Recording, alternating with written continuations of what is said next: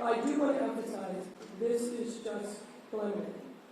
We have more work to do, but as Trustee House said, we believe that it was very important to come before the members of the public so you would have some context for what the current state of your finances are at city government.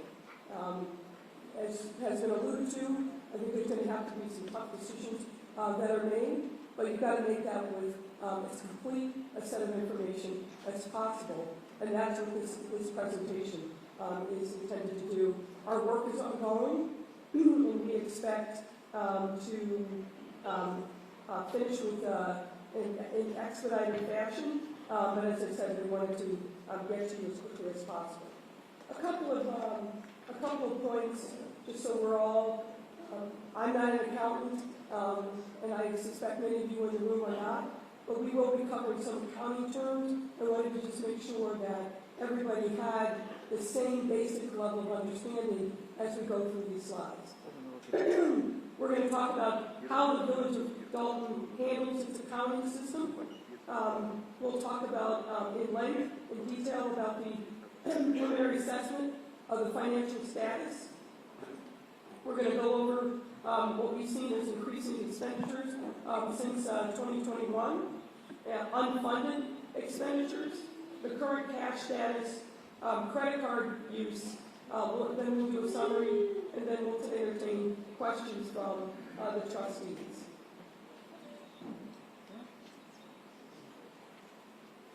So let me just jump right into it.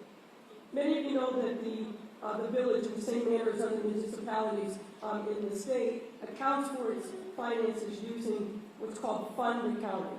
That means, that's just a fancy word of saying the expenses and revenues are divided up into specific buckets of dollars, and those funds are what we're going to be talking about. The village maintains three categories of funds.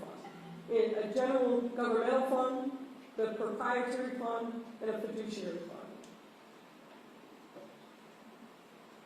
Under each category, I'm going to pass it to my colleague, Amanda, who will go into more detail about this. So within each category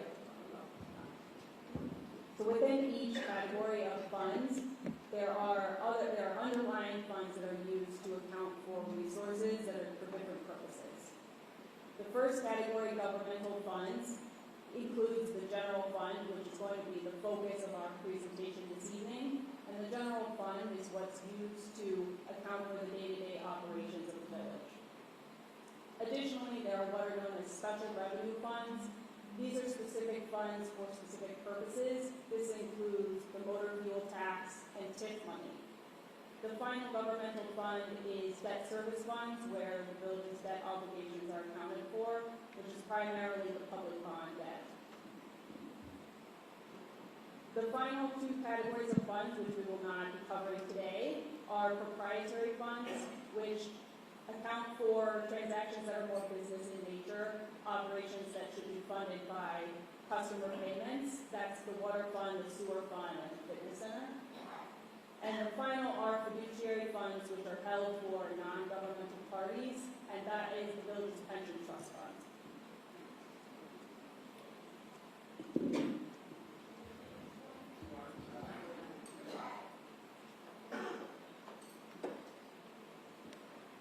So let's jump into the specifics.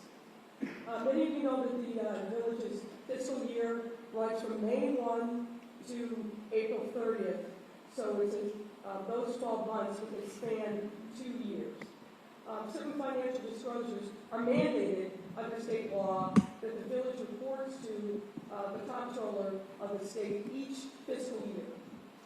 Two documents that we're going to talk specifically about are the annual financial report, and you see the citation there, it's a state law, and the audited financial statements. The village has not, and let me repeat that, the village has not complied with these statutory requirements since fiscal year 2021. There's no annual financial report available after 2021, and no audited financial statements after 2021. So what that means the information that we're providing you has not been thoroughly audited by a CPA, but we do have information coming from an entity that essentially serves as the finance department of the village. Historically, from what we can tell, the village has had small or no full-time financial staff. At various times, even though statutorily there's a provision for a city treasurer, none exists and hasn't for some time. There's a provision for a finance director. There's been intermittent people that have served that role, but that role has been taken as of May of this year, and before that, the person who held the role started working part-time as of the end of December in 2023. So as you can see, given the lean or no financial staff, there's a lot of dependence upon the John Kasparic accounting firm, which has functionally operated as the village's finance department for some time. What we have examined are monthly financial reports from January of 2021 to May of 2024, produced by the Kasparic firm. And as I mentioned, due to the village's failure to conduct an audited financial statement, we have to caveat the accuracy of the information, but we feel fairly confident based upon lining out not only the monthly reports, but looking at bank statements that match up with the information that's in the financial reports. And we had the opportunity to talk to some of the folks at the Kasparic firm who are responsible for managing the finances of the village, and that work is ongoing. As of May 30th of this year, the village's general fund was in a net deficit position, meaning that there is insufficient funds in that general fund.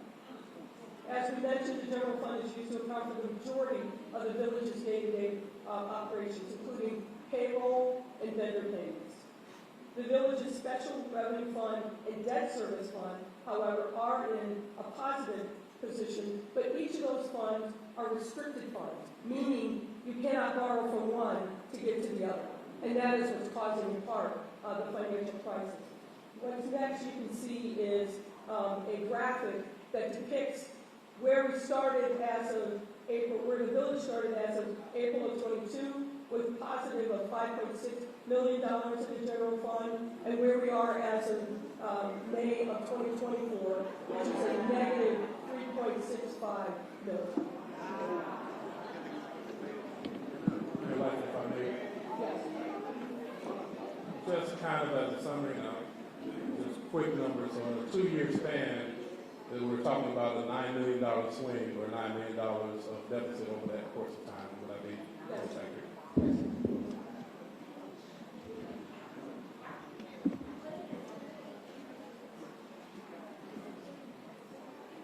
All right. Turning now to the increasing expenditures of the village.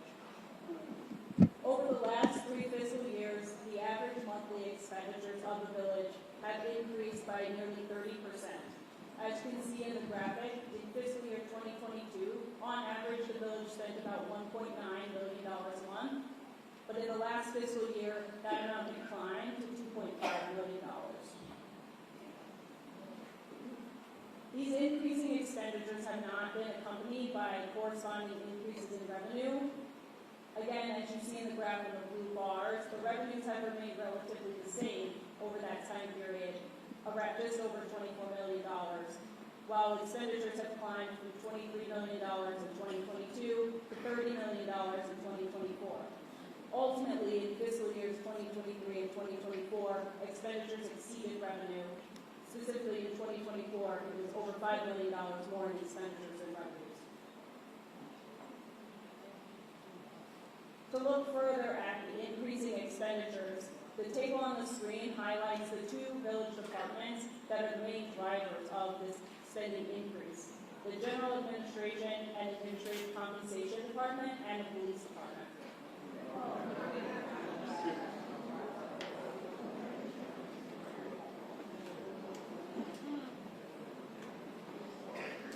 Turning first to the General Administration Department. Turning first to the general administration line. The increase in expenditures here has grown about approximately 47%.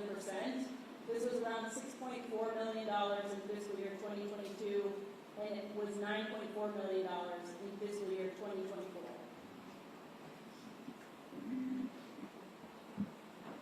There have been increases in general administration spending in nearly every area, but there are a handful that stick out the most. As you can see on the first line, the largest driver of this increase is a more than double change in liability insurance cost. It's gone from $1.2 million in fiscal year 2022 to $3.2 million in fiscal year 2024. Other areas where we see large increases are miscellaneous expenditures, settlements, legal fees, and telephone. Let me just add regarding the legal fees. These are, everything that we're representing to you tonight are things that have been booked in one of the general ledgers or otherwise.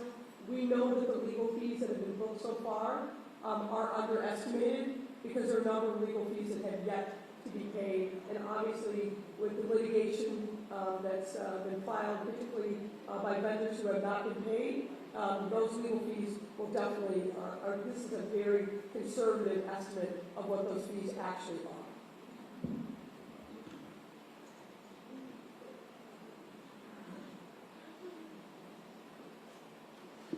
Let me drill a little bit down also in what we're seeing so far with the police department. Those expenditures have increased approximately 21% since FY22. Some of that is obviously driven by the union contract and making sure that there's retro pay and that the police officers are compensated according to the collective bargaining agreement. Within the police department expenditures, categories with large increases include overtime, other miscellaneous expenses, and I will tell you we don't know exactly what that is, but we're working on unpacking that, contractual services, other professional services, and medical insurance. We wanted to highlight for you, particularly given overtime, what we saw as two outliers in officers. Officer Terry Young and Officer William Green. Both of these individuals in the last 2 years have earned more in overtime than their base compensation. And you can see these numbers here. Officer Terry Young in FY 2023 earned $194,290 total, given the base salary and the overtime. And then in FY 2024, that increased to $227,351, combining the base salary and the overtime. Officer Reed for FY 2023 had a total earnings of $145,450, and in FY 2024, $192,732. We thought it also important for you to know that Acting Chief Lacey has accumulated overtime. It's our understanding that he is not part of the collective bargaining unit and has not been for some time, which under normal circumstances would mean that he is not entitled to overtime. But as you can see here, for FY22, FY23, and FY24, and we're now in fiscal year 2025, through those 4 years, he's accumulated $215,747 just in overtime.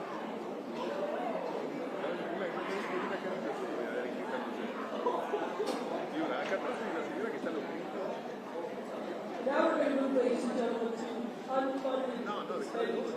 And this is really focused on, as we alluded to, we're going to move to unfunded expenditures, and this is really focused on checks that have been approved by the board from warrant lists that have come before the Board of Trustees, but held and not sent to the vendors.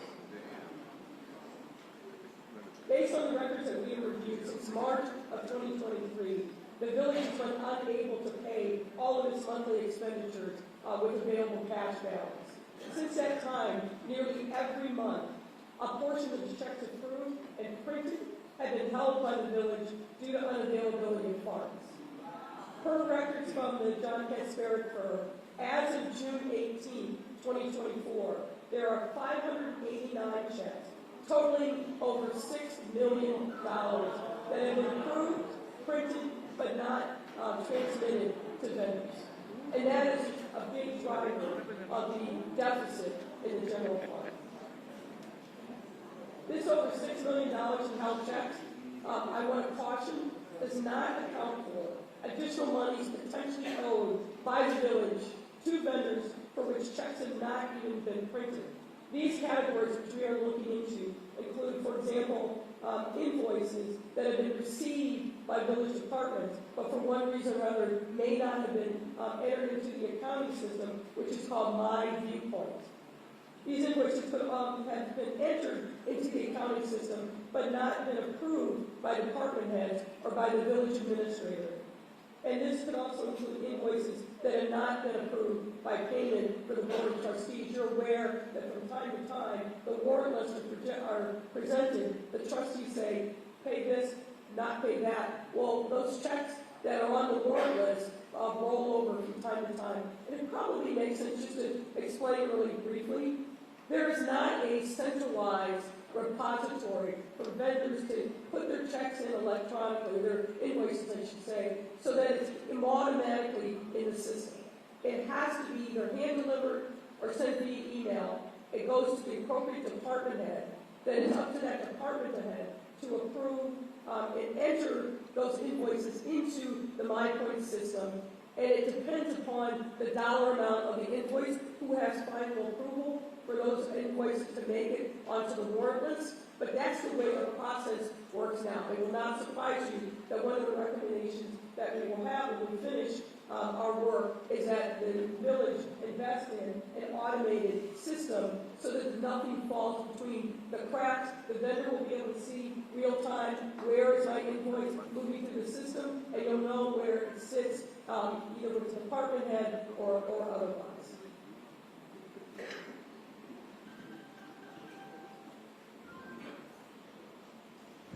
All right, we'll turn now to discuss the cash status of the village. So the village has 22 different bank accounts. A majority of those bank accounts are designated for the special revenue funds or bond escrow funds. So the money in those bank accounts is restricted and shouldn't be used for day-to-day operations. I'll also note that these 22 accounts don't include the pension assets. The pension assets are held in separate trust accounts. Most of the village's expenditures each month are paid from one main operating bank account. As of June 30th, 2024, that bank account had a balance of $715,000. As of April 30th, 2021, that account had a balance of almost $1.5 million. So a decrease of over $750,000.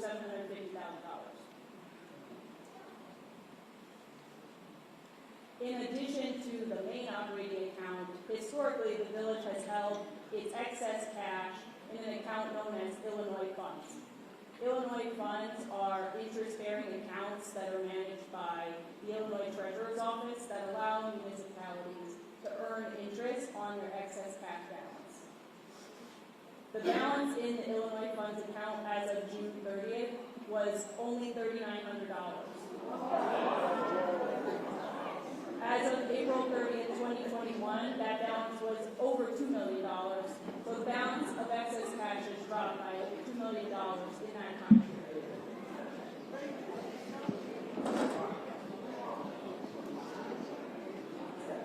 The monthly financial reports include a summary of the unrestricted cash balances of the village each month.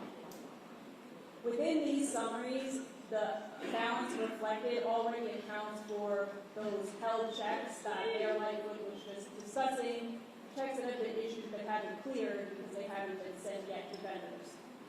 What you can see on the chart is that the unrestricted cash balance of the general fund has dropped from almost $5 million as of April 2022, and it is now accounting for all of the checks that have yet to be sent is now in a deficit position of over $5.5 million as of May of 2024.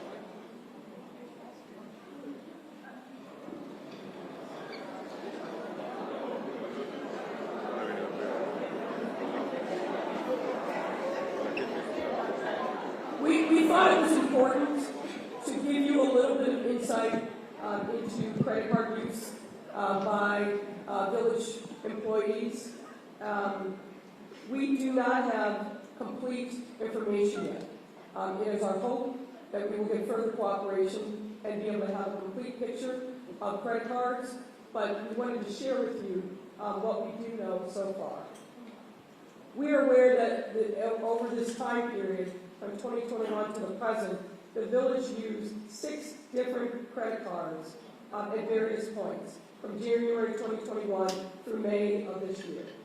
4 American Express cards that appear to have been used by various folks within the police department.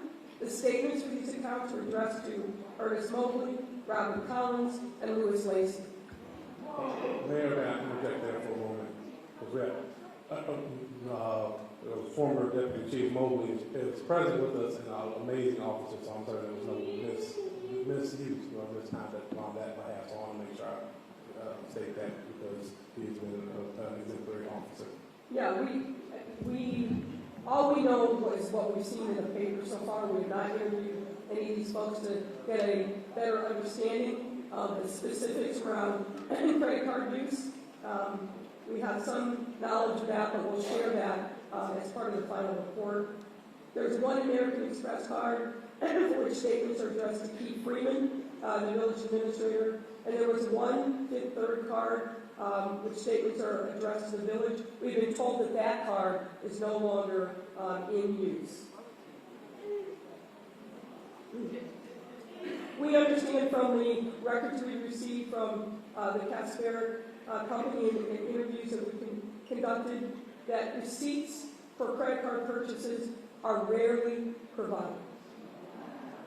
Further, we understand that the credit card balance, because it comes due, of course, every month, we all know that, is paid as a matter of course.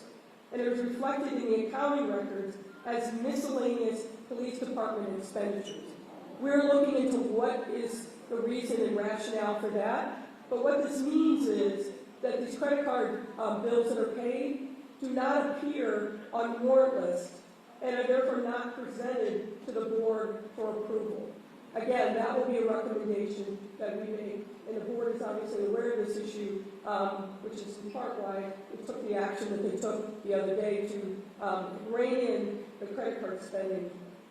We also understand from the Casper company that the only time a credit card charge would be reflected on a warrant list is if a receipt is provided, and as I've said, our information is that the receipts are rarely provided.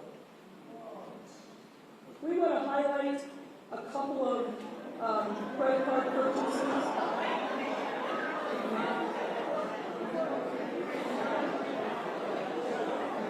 You're having the same reaction that we did when we saw it.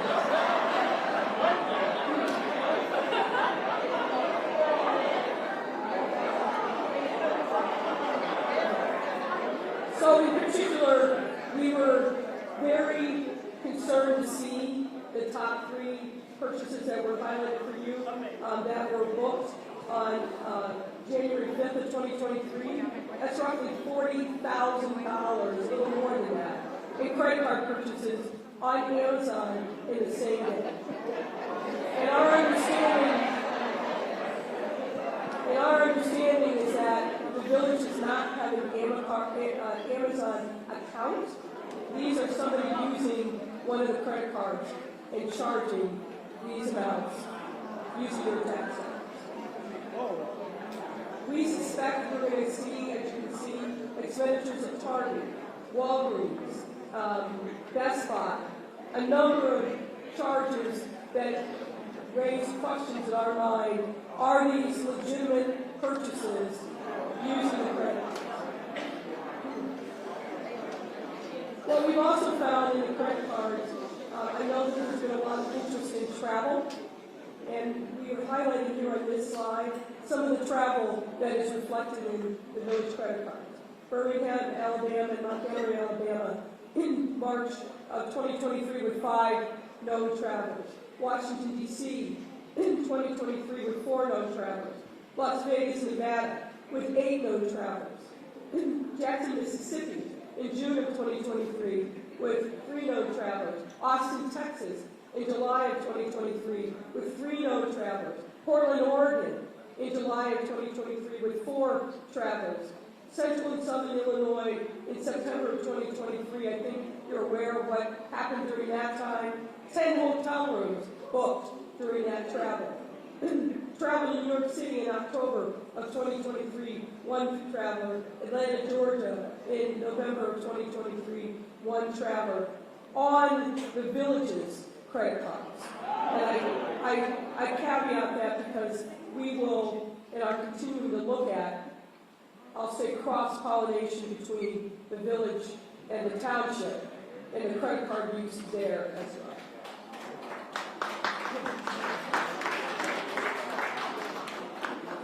So let me summarize for you kind of what we presented, what we found so far regarding the finances. The general fund is used to pay the vast majority of the village's expenses, as you heard. As of May 31st of this year, the fund had a negative balance of $3.65 million. The village's general fund expenditures have exceeded revenues the past 2 fiscal years, ending April 30th, 2023 and April 30th, 2024. As of June 30th of this year, the cash on hand in unrestricted accounts is insufficient to cover the held checks valuing $6.1 million. We are in the current fiscal year of FY 2025, and the village has no budget that's been passed this year. The village's financial records have not been audited since FY 2021, and the village has not filed the mandated state annual reports since FY 2021.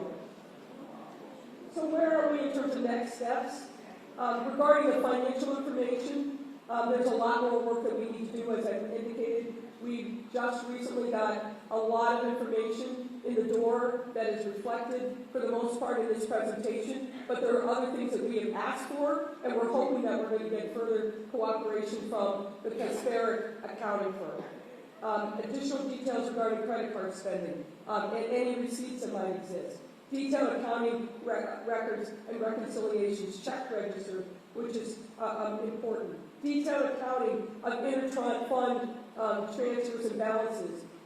What we're seeing, and we need to really look at the detail here, is that there is a transfer from one fund, in some instances there's restricted funds, into another fund, and vice versa. Additional detail, we're looking at what are the financial policies and practices in place, and whether or not those need to be changed, updated, or beefed up in any way. We are continuing to look at what happened in Las Vegas. There are 2 trips, one in May of 2022 and a second in May of 2023. And as I alluded to earlier, the relationship and the intermingling of funds and personnel with Thornton Township is something we're very focused on as well. We defer to trustees.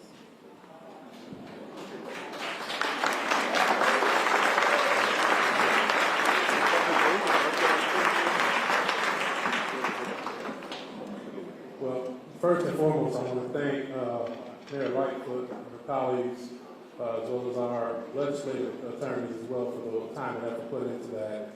So again, I'll ask for a round of applause for the work that's been done.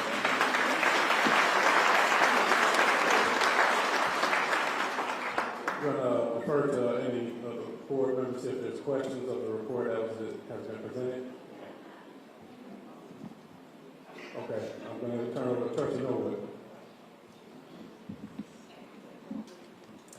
That was a lot to digest.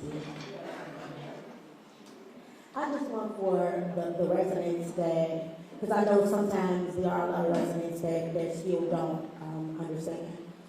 For us trustees, our job is to oversee the finances.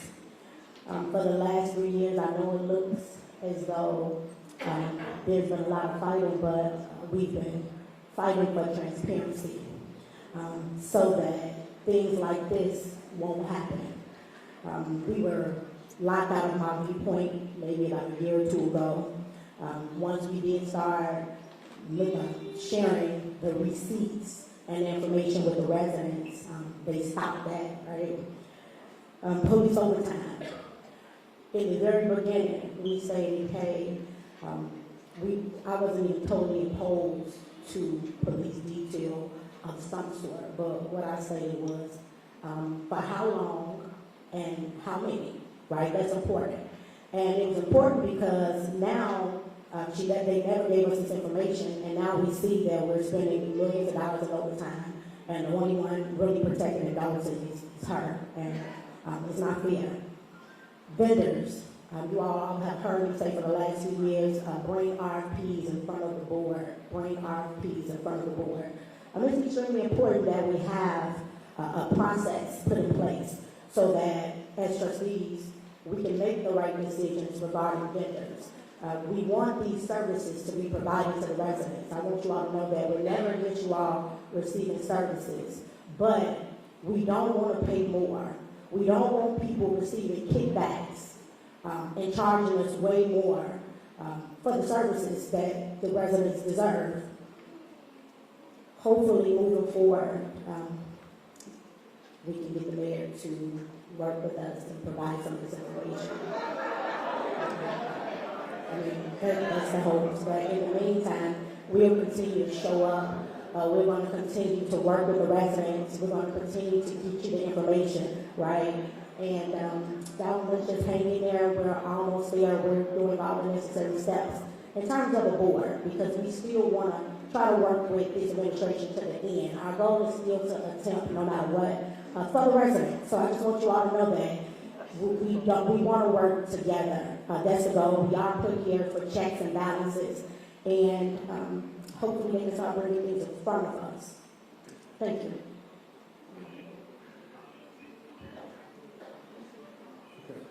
Okay.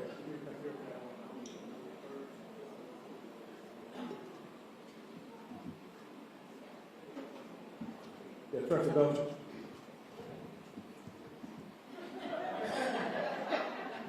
I know it took everything in my soul to sit here and stomach this report. As we've been saying, and I'm going to refer back to Trustee Lori, anybody that has watched the meetings, I said the checks that's sitting on the desk, that ain't in cash. Nobody has to come to a board meeting and tell a lie about anything. It's common sense. It's simple multiplication. When you have people emailing you every day about their invoices and payments. This goes as far back as June 9, 2022. It's sad. It's sickening. People came last month when we got our tax bills in an uproar about the tax. Can y'all imagine when we do take initiative to even start straightening this out, how our tax bills are going to look? That $6.8 million didn't never come. And it was spent before deposited. It's simple math. $6 million, $6.1 million in checks sitting somewhere. $40,000 at Amazon. What a slap in the face to everybody that resides in 60419 zip code.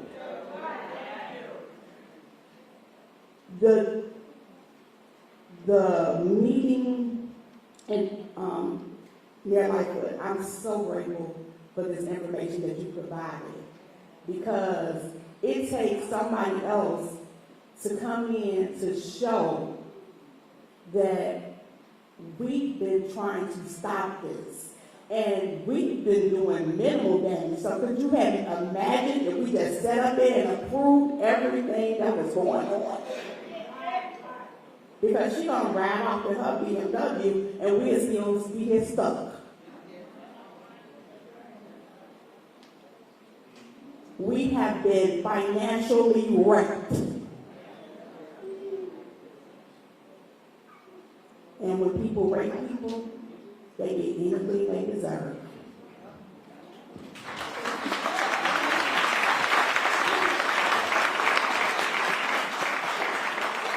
I'm just going to say what I've been saying for months and months and months. The bag been empty in 2022. The bag, there was never anything in the bag. And you still continue to say, they're lying, they're lying, they're lying. Here is proof for everyone to see, and even the ones who doubt us. If you don't see through this, there's nothing I can say to you. Even last week, sitting with Mayor Lightfoot, it's a punch in the gut. As the lady said from out of town, you've been hoodwinked, you've been bamboozled, led astray, all of that. And for a person to sit there and constantly lie. Every board meeting, I don't say much because I just can't see how the girl talk lies like that. It's unbelievable for a person to say that and for people to believe. So we thank God for Mayor Lightfoot's being here today, her presentation. Now, this doesn't open up the eyes to these residents and let us know what as we say, the black jobs mean black vote. Everybody, tell somebody. February of 2025, clean house. Clean house. You got to. This is just unbelievable. I mean, to even say that, even though I said last week, it's a stomach ache. I've been punched all over tonight. It's ridiculous to see how our tax dollars have been recklessly spent by this young lady. So definitely give us time. Residents, we're asking you to work with us. We're doing our very, very best. So definitely hang in there with us. And thank you all again for coming out tonight.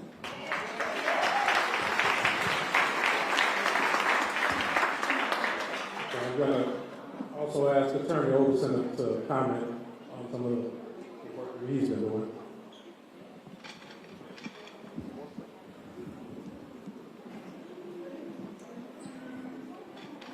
So my takeaways from tonight and from what we have seen over the last 3 years that we have been legislative counsel for these trustees. Number one, the hiring of Mayor Lightfoot was not only smart, but incredibly necessary, as you see now.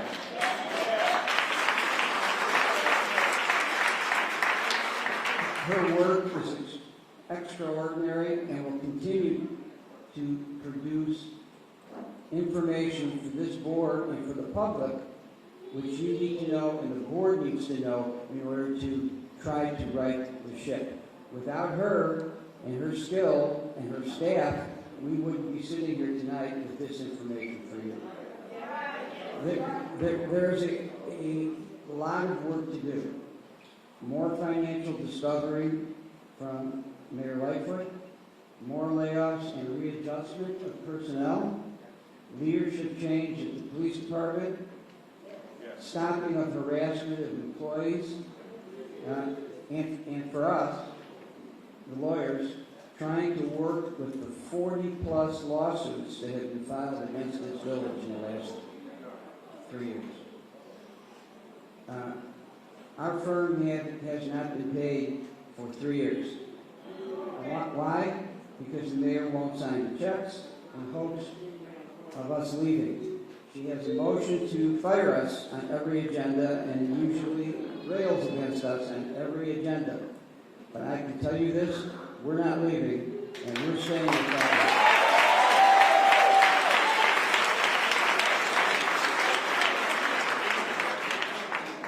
I just ask as a human being, not as a lawyer, not as a politician, that the people of the village of Dolton stick with this Board of Trustees, because they're heroic in and of themselves.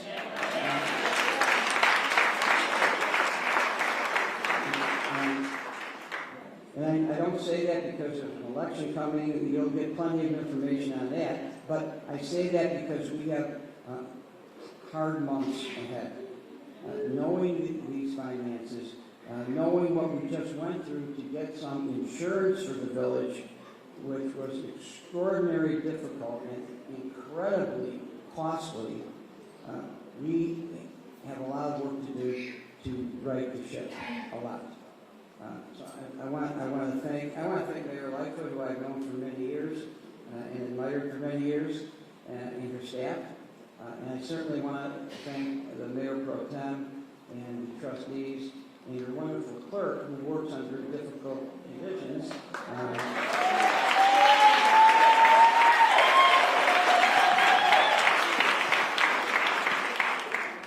And who did get into the village hall today, even though the mayor changed the locks again for the third time to lock everybody out of the village hall, including the employees and the trustees that you didn't want in there. So we continue, every day there's something new. So I just want to thank you, Jason House, and the board, and Mayor Lightfoot. Thank you.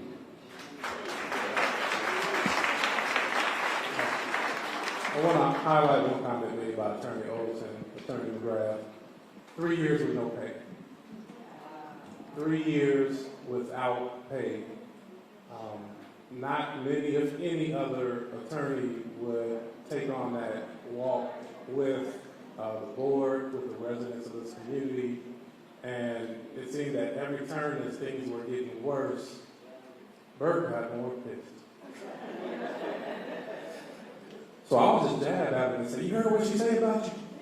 But in all candidly speaking, there is, when we talk about partnerships and what it takes for us to try to get to an end, and I'm saying this because, as you see, we have a big hole.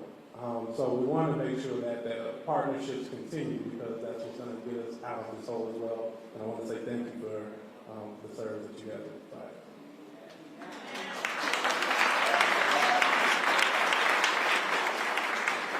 Okay, I want to turn over to Mayor Lightfoot for kind of her final comments. As the board has asked questions, we're going to pause and give them a moment to exit. The board is here to answer questions, but I'm also serious about this hourly rate that I don't want to make sure it's in frivolous. It's a friends and family. But we want to make sure all comments are heard and rightfully so. The board is here, and we'll make some comments on what our next steps and our plan is, and we're here to hear from the residents after that. But I'd like to please. I just want to share a couple of final comments with you all. I know how I felt when I started seeing these numbers, so I can imagine how all of you were feeling after all this time being in the dark. And I just want to let you know this isn't just a job. This isn't just a task. We feel this. And so we have worked very, very diligently, very hard in the difficult circumstances to get as much information as we could to share with you. You may hear a number of things in the coming days. But what I can assure you is the information that we have shared, that we're putting our names on, is drawn directly from the financial records of this village. We wouldn't be here sharing this information, advising the trustees and talking with legislative council if we didn't have confidence in the numbers. There are a number of other things we know, but we aren't ready yet. We got to verify in 20 ways from Sunday. But this, if you hear this is fake news, it's not real, no. This is real. The last thing I'll say is we figured that folks would probably want to take a little time to study these numbers in a little more detail. We have 100 copies of this deck that we will leave, paper copies. So after the meeting is over, you can feel free to come get them, first come, first served. Don't worry, media, we've already shared the electronic copies with you all, so you should have that. But again, thank you for showing up for yourselves and for your families and for the community.